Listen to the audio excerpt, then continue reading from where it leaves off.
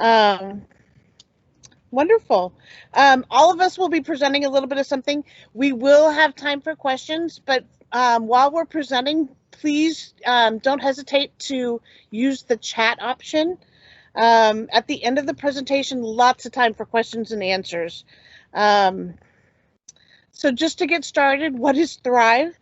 Tualatin Hills Park and Recreation District believes that children benefit from friendly, supportive interactions with other children and instructors. THRIVE is an acronym for, and I always have to read this, I'm sorry, Teaching Healthy, Responsible Individuals, Values, and Education. Our after-school program strives to provide a fun and educational environment where children have the opportunity to develop their social skills, all of the different areas of wellness, physical, social, emotional, all of those fun things. We realize your child is spending an entire day at school, and we want to get them active as soon as we can. We also will provide opportunities for homework time, snack time. There's also time for free time. And then we'll do some STEAM activities, which include science, technology, engineering, art, and math. But physical play and games are also a huge part of what we do. Some of the COVID guidelines are a part of what we do nowadays. I'm just going to share quickly a chart. It's in the chat box, so if you want to peek at it, you're welcome to. There's a link to it, so you can click on that. And here we go, share. And just so you can see it, my internet must be going very slowly. There we go.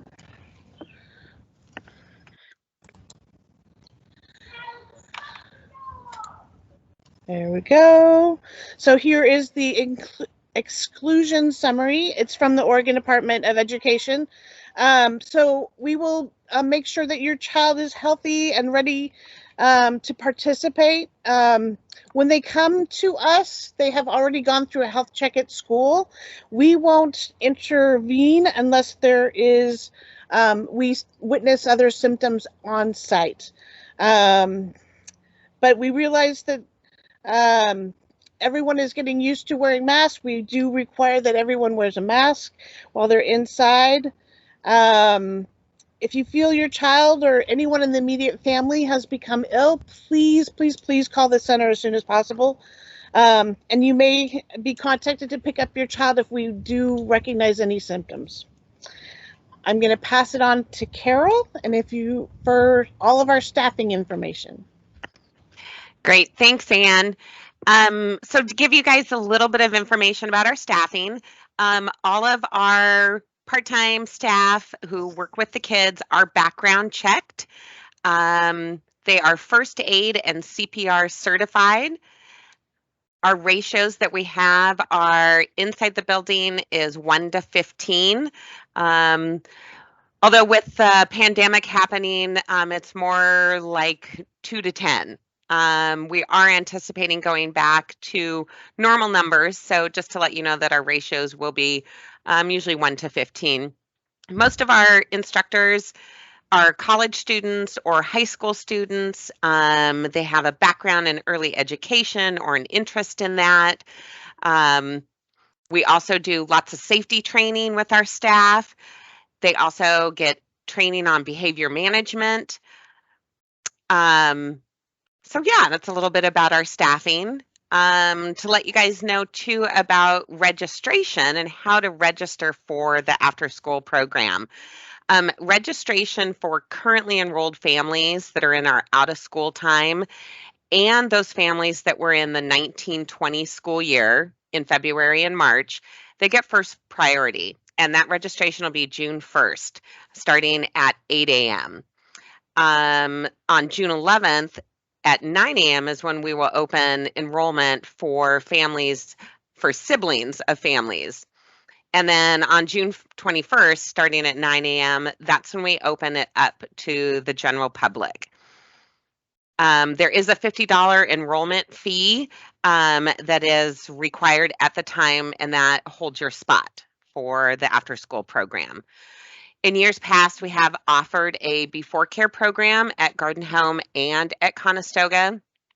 At this time, we have put that on hold. We hope to have more information if we're able to offer the before care program possibly in July or August. So if you are interested in before care, please look for more information to come, or you can contact our center. Want to talk to you guys a little bit about our financial policies and about tuition. This year's tuition is $330 a month. And how we figure that out over the whole 10 months is some months will have like 20 days of school, some months would have 17 days.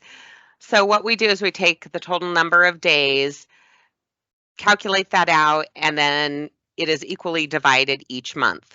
So you're not paying more one month, less another month. So it's $330 per month. And then the first month tuition is due August 15th.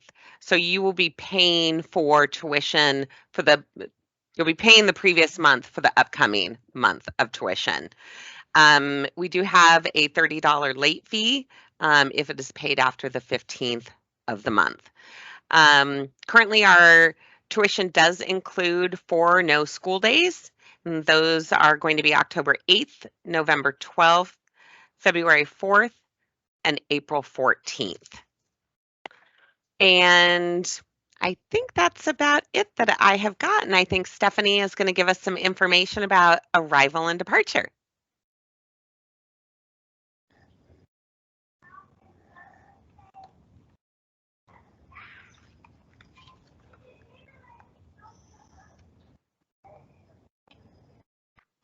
Anne, can you stop your screen share just for a minute as we move forward? Oh, I thought I did. I'm sorry. No, it's okay. It may just be that my internet and I can still see it. There we go. Okay. No, it might be that my internet's slow and I thought I clicked on it. Thank you. And Stephanie, we're turning it over to you. You're muted, Steph. I was definitely giving a whole spiel and forgot that I was muted. Hello, everyone. So currently, all arrival and departure procedures must be held outside the facility as dictated by the Oregon Early Learning Division guidelines. That's also referred to as ELD. So if you hear any of us just say ELD guidelines, that's what we're referring to.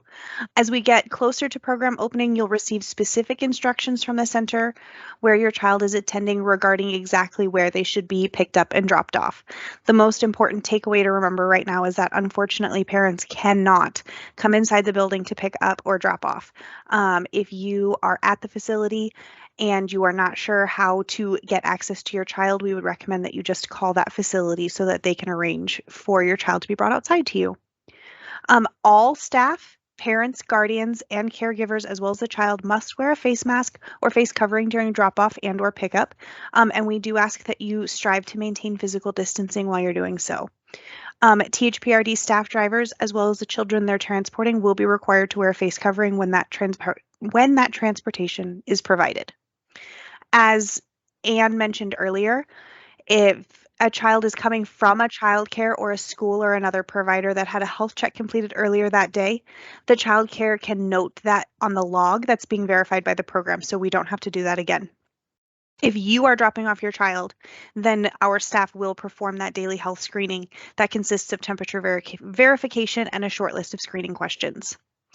Hopefully, we're hopeful that maybe by the time school year starts, those drop-off and pickup procedures may go back to a little bit more the way that it was, and parents will be able to go in and out of the building to pick up and drop off their children.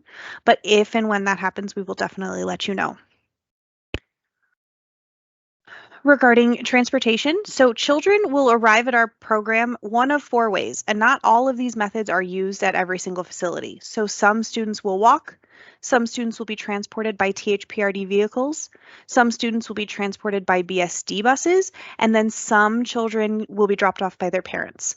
If your child attends a school that we don't currently provide transportation for, or you would like your child to attend a program that's different than the one assigned to your child's school, you are still welcome to enroll your child in that program provided that there's space available. However, you would be responsible for picking your child up after school and transporting them to the facility. The schools that we provide transportation for, either by THPRD vehicle or BSD bus, for the athletic center is Beaver Acres and El Monica. Conestoga services Heighton, Shoals Heights, Nancy Riles, Sexton Mountain. Cedar Hills services Barnes, Ridgewood, West Tualatin View, and William Walker. And Garden Home services Fir Grove, Raleigh Park, Raleigh Hills, McKay, Vost, Hayhurst, Montclair, Whitford, and then they also have an on-site program at Chehalem Elementary, or at least they did last year. I believe the plan is to do that again this year. Am I right about that, Anne? We're hoping to, yes. Fingers crossed. Yes. The other important stuff to remember with transportation is that Oregon law requires that children use a booster seat until they are 4 feet 9 inches tall, unless they are at least 8 years old. So we absolutely follow this law. So if those restrictions apply to your kiddo and they need a booster seat, please notify the director or program coordinator so that they can make sure that that booster seat is on hand for your child.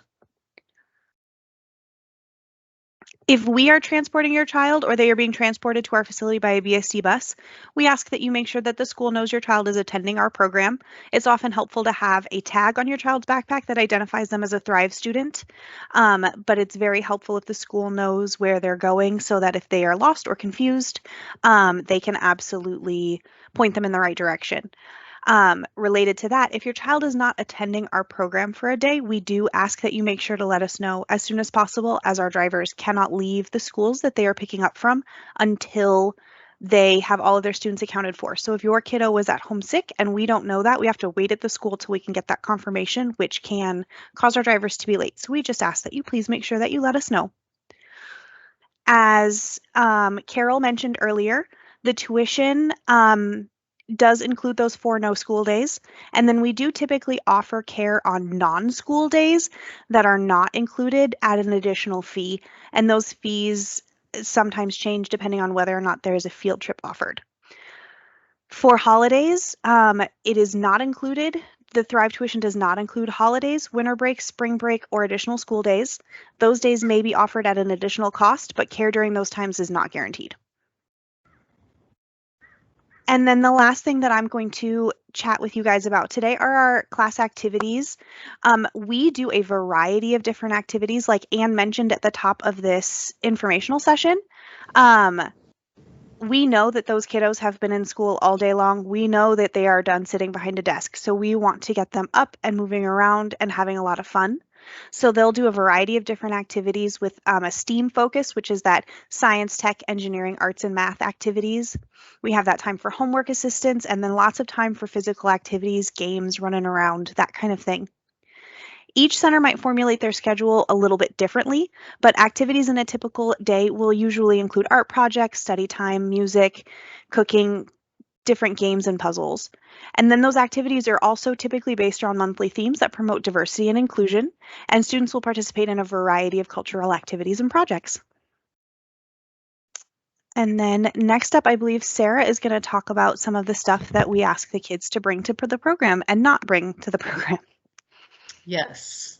Great. So of course we want you to bring your kids' backpacks and any school supplies that they come with, and as well as any supplies that they need to complete their homework. And what we don't want them to bring is definitely not weapons or anything that could hurt themselves or others. And if we are still under COVID restrictions, no stuffies, unfortunately. If they need a comfort item, you can think of it this way. Buzz Lightyear is okay, a plastic toy. Woody, a cloth toy, isn't okay. And then electronics.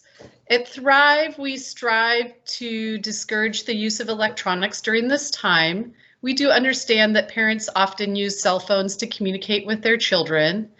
And an effort to respect both the program time and the parents' communication needs, we've developed electronics policy. We ask that all electronics need to be kept in the students' backpacks on silent mode during program activities. When appropriate, staff will provide a designated and supervised area where electronics can be used. THPRD is not responsible for lost, stolen, or damaged personal items. On that note, please don't have your child bring anything that they would be really devastated if it got broken or lost at THRIVE, or if it's not easily replaceable or expensive. I'm also going to talk about meal programs and snacks. In the past, we've participated with Beaverton School District's supper program that provides a small snack, and we hope to continue this program with BSD for next school year. The supper snack includes 1 entree that meets 2 meat or meat alternatives, 1 serving of bread or grain, 2 servings of fruit or vegetable totaling 3/4 cup, and 1 milk. Students are welcome to bring their own snacks. We do ask that you refrain from bringing peanut products, and students are not allowed to share food with other participants. Back to you, Anne.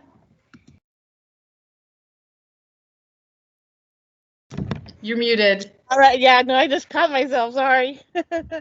Well, I am moving towards behavior modification and code of conduct. Our goal is to keep the rules very simple. We only have 3 rules: be safe, be respectful, and be responsible. If the kids are not safe, respectful, or responsible, there will be an appropriate level of discipline. Our discipline process is in response to the behaviors we observe. There are no bad kids, there's only bad behaviors. Our discipline process is in response to the behaviors that we observe. And we have 5 levels of behaviors that we classify and have appropriate levels of discipline for. The first level is just being disruptive and yelling and maybe not listening. And so at that time, we're just going to talk to the parents and let them know how we mitigated that response. Level 2 could be a repetition of level 1, and also it could also include a potential harm to self. So we will move to level 2 if there's a potential harm to the child. And that could include running away. It could include repeating levels 1 or having something that they shouldn't have. And with that, we will talk about options for different mitigations with the parents. Level 3 could be a repetition of levels 1 and 2, but it also is an unintentional behavior that threatens others. That could be hitting, kicking, usually biting is intentional, but that type of behavior that is an accidental, something happened. And so then we actually try to get into a conversation with parents and build a behavior plan. And that behavior plan is between the child, the parent, the director of the program, and the program coordinator. And at that point, if the child has an IA, we will also work with the inclusion department to build a plan that we hope to make the child successful. Level 4 is when the behaviors are intentional, and those behaviors being hitting, kicking, biting, scratching, or destruction of property. At that point, if we see those that behavior is intentional, we could have a suspension. Level 5, yes. So at level 5, it's gross inappropriate behaviors. It could be repetition of levels 1, 2, 3, 4, and we're still not having any success. And it also is behaviors that cannot be mitigated or controlled. So if we have We have staff who are trained in CPI, which is a Crisis Prevention Institute certification. And if we are not able to mitigate or control the situation, it could end up in an expulsion. So we do try to do lots of things before we get to that point. But there is a set process that we go through. And happy to answer any questions about that if you have those later. Absences or illnesses. If your child misses a day, actually Stephanie alluded to this, please, please, please call the center, because we could be waiting at the school for up to a half an hour. And if we need to go to another school to pick up, we really do need to know that we don't need to pick up your child. And so we do ask that you call the center for any reason your child is unable to attend. Medications. Medications are great. We just want you to fill out a form. So especially on the long days, a lot of times kids are used to having a medication at some point during the day. They'll go to the school office. If that is the case with your child, we're happy to do that. We just need to make sure that we have the medication in a prescription bottle and the form filled out, and with the child's name, dosage, and then the time of day that we need to administer the medication. We also will log that we gave the medication to the child at what time and what dosage. And then emergencies. Should an emergency occur in the center, all of our staff is trained. We have set instances where we have an emergency action plan that gets into effect. We have a red, blue, orange, green code system, emergency action plan, where if we have a medical emergency, we will give a code out and everyone in the classrooms knows what to do. If we have a missing child at Garden Home, we had a parent who came to the office and couldn't find her child, so we implemented our missing child system, and all of the classrooms take a head count their kids, make sure they don't have anybody extra. All of our staff goes to restroom checking, and we go into action looking for the child. So there are lots of safety situations that we do extra training for, and those are a couple of the examples. I'm going to let Sarah go into parent communication and volunteers. Yes. With communication, we are proactive in our communication. Our goal is to communicate with parents before behavior concerns become behavior problems.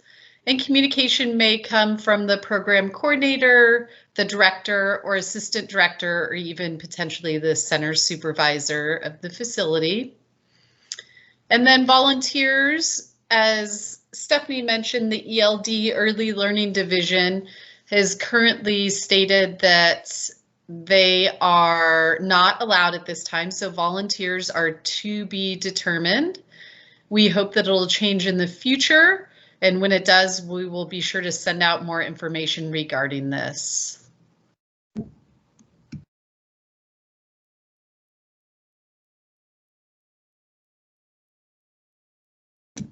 And Carol.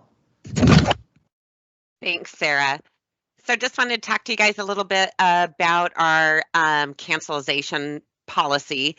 The program is for 10 months. So when you register, most families intend to stay from September through June.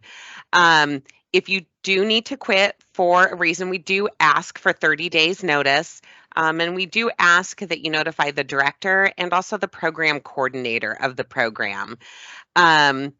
One thing I do want to let parents know that if you do need to drop, you would be dropped from the program, and if we do have a waiting list, you would be added back to the waiting list. You wouldn't be able to drop 1 month and then come back 2 months later and potentially get that spot. Some of our sites, because of transportation, we are limited, and so once you do drop the program, we can't guarantee that you would be able to get back in. Also want to talk to you guys about our inclement weather policy. So if Beaverton School District has an early release due to inclement weather, THPRD will cancel their after-school program.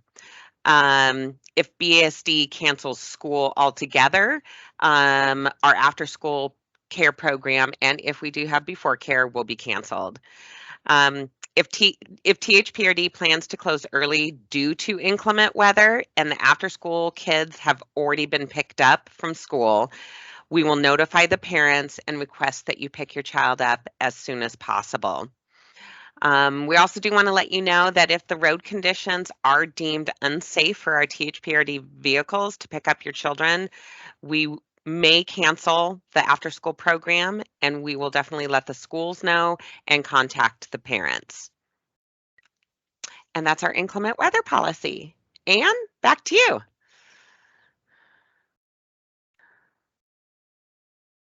You're muted, Anne. I'm sorry.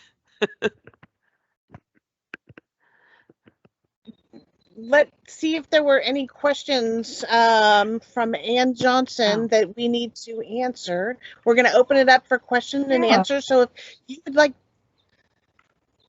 to, was there anything that came in that we need to address? Yeah, there are a few, Anne.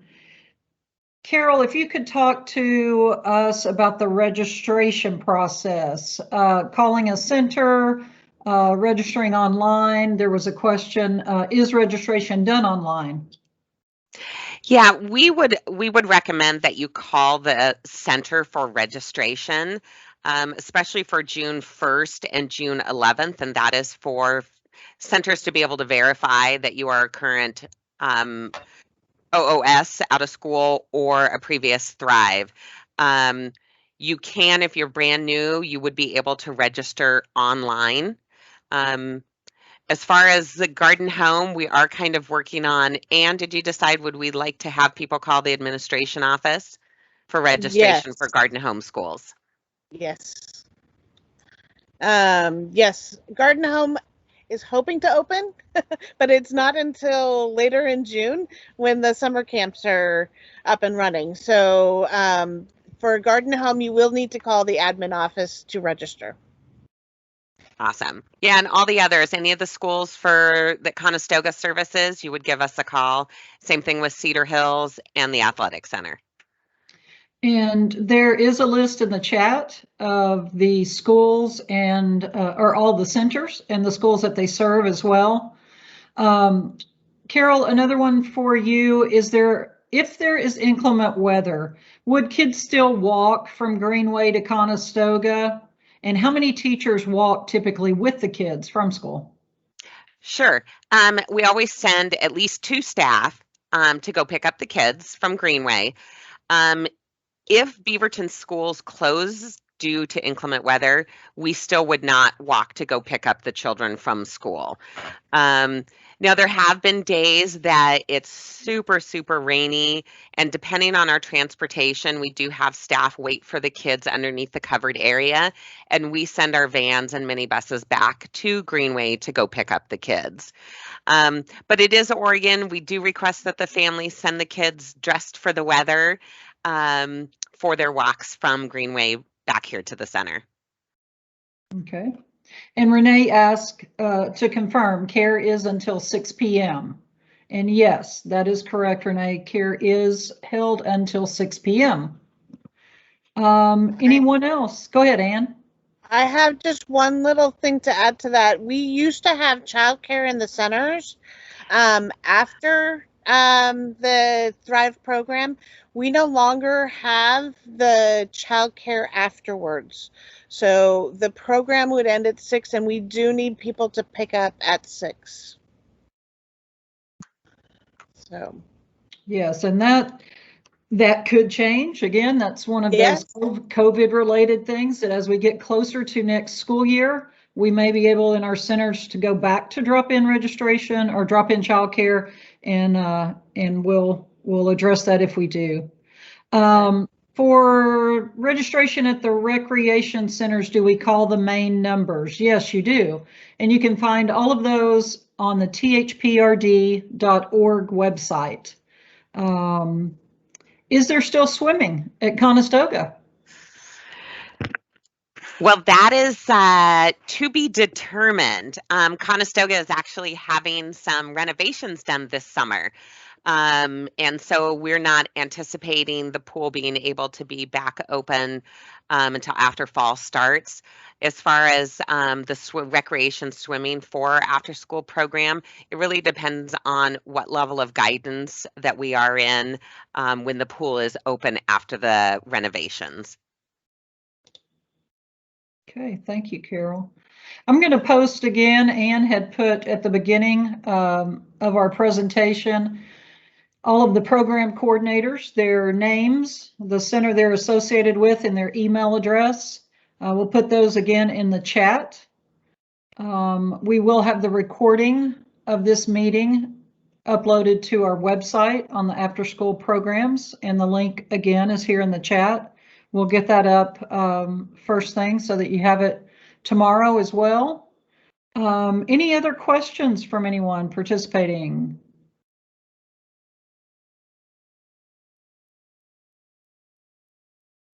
Feel free to unmute if you do not want to use the chat. Or presenters, any follow-up you'd like to give us? Can I confirm that you said you guys would follow up about the before school program in July? Okay. Correct. I'm taking an interest list for the before care.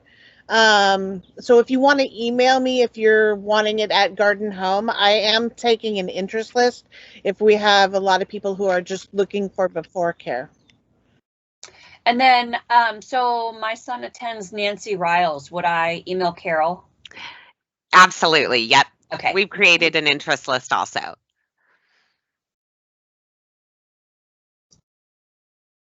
Okay. Anyone else? I know I speak for all the program coordinators as well to say thank you for being on the call tonight. Please pass our information and links on to anyone that would need the information, and we will be getting information out additionally through your schools, and we hope to see you in the fall. Yeah. Thank you very much. Thanks for being here. Thank you. Enjoy the sunshine. Yep. Thank you, everyone, for joining.